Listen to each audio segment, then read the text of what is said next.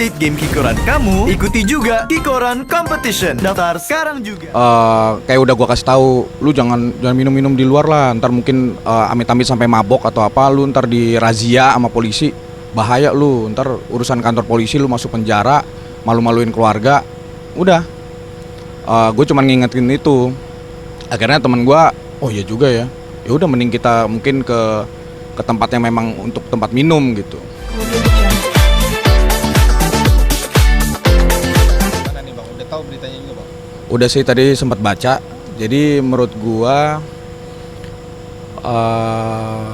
dari sisi ibunya ya, sebenarnya kalau misalnya dia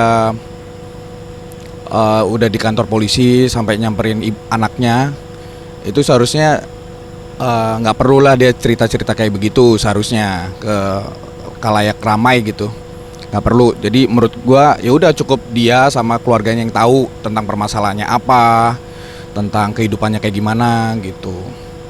Ya kalau dari bacaannya sih saya tonton tuh videonya, ada videonya juga kan. Itu menurut saya ya ada rasa iba juga sih melihat ibunya itu bekerja keras, pontang-panting, membiayai anaknya, tapi anaknya malah foya-foya atau bersenang-senang sama teman-temannya. Ya saya nggak tahu tuh, gua nggak tahu dia lagi ngapain sampai akhirnya dibawa ke kantor polisi. Tapi mungkin pasti dia menyalahi aturan, menyalahi hukum, jadinya dia dibawa ke kantor polisi. Menurut gua seharusnya sebelum itu terjadi, ibunya itu harus mengingatkan kalau anaknya itu ya jangan begitulah, jangan foya-foya atau apa, karena kan nyari duit itu susah. Jadi sebisa mungkin ya dari pihak keluarga sih yang ngasih tahu ke anaknya kalau harus bersikap yang lebih sepantasnya lah dengan keadaan perekonomian masing-masing gitu. Itu aja sih. Itu dari segi buat pesan ke ibunya dan keluarga. Nah kalau dari segi buat ke anaknya mungkin lain kali mungkin ini menjadikan pelajaran dan agar tidak terulang lagi atau gimana? Iya. Sebenarnya gue nggak tahu dia masuk ke kantor polisi itu karena apa. Tapi menurut gue kalau misalnya sudah sampai kena ke kantor polisi berarti kan udah menyalahi aturan.